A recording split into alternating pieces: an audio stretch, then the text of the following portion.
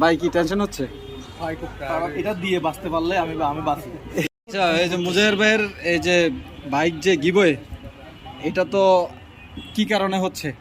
একটু লেট হচ্ছে কি কারণে? এটা তো একটা ওয়েবসাইটের প্রবলেম চলতেছে, ওয়েবসাইটের ত্রুটি চলতেছে, এটা এছাড়া অন্য কোনো কিছু না। এর মধ্যে আমরা ইফতারের আগে ভিতরে ট্রাই করছিলাম, মাল্টিপ্লাগের প্রবলেমের কারণে, কারেন্টের প্রবলেমের কারণে সেখানে কি প্রবলেম হয়ে গেছে, আবার বাইরে আসছি। ল্যাপটপে এখন রিলোড নিচ্ছে, যেটা দিছি প্রায় 2.5 ঘন্টা প্লাস। এখন আবার ম্যাকের মধ্যে কি নতুন ভাবে কি এই যে ভাই কি টেনশন হচ্ছে? এটা দিয়ে বাঁচতে পারলে আমি বাঁচি। আর ম্যাকবুক দিছি, এখন ম্যাকবুকে আবার চলতেছে, আশা করি 2.5 ঘন্টা প্লাস লাগবে।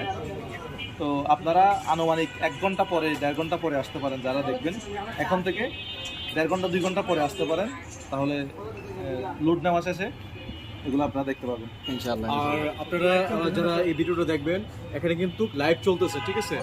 এখানে লাইভ চলতেছে, কেউ বলতে পারবে না যে আসলে এখান থেকে অনেক ইউটিউবার, অনেক গণমাধ্যম কর্মী চলে গেছে, কি করছে ওটা না। কিন্তু বিরক্ত হয়ে চলে যাচ্ছে। অনেকগুলা কিন্তু সমস্যা নাই, যান Facebook page plus YouTube channel কিন্তু লোকেশনটা লাইভ দিয়ে রাখছে, কোথাও দিয়ে না, পাতা সেকেন্ড লাইভ দেখা হবে। এই মানুষটা অনেক গরিব অসহায় মানুষের সহযোগিতা করে, আপনারা সবাই জানেন। কিন্তু যারা এখন সমালোচনা করতেছেন, ভাই আপনাদের কাছে মাপ চাই। আমি চৌধুরী ভাই, আমি আপনাদের কাছে মাপ চাই।